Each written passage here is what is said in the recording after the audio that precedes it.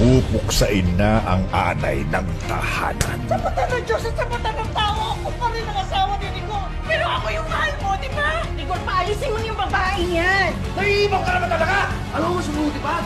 Umalis ka na dito! Umalis ka! Kakamkamin na ang kayamanan. Kailangan ko lang po asikasuhin yung pag-ipat ng kayamanan ng mga kabalyero. Unahin at tutukan mo muna ang negosyo natin. Mr. Wu, maligaya pagpapalit. Who is this? He looks useless. Ako may silbi ako rito. Ikaw kaya may silbi. At ang binubuong kaharian.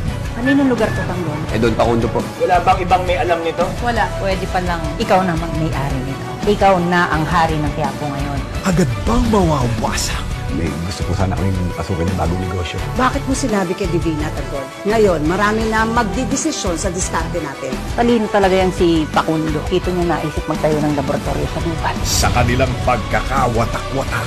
20% Tanggol para sa kikitain natin lahat. Ako lahat ang maglalabas ng pera. Masyadong malaki ang 50%.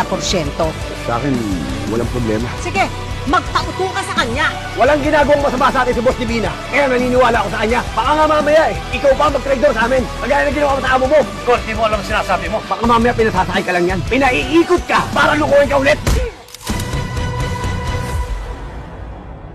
FPJ's Batang Quiapo. Gabi-gabi, 8 p.m.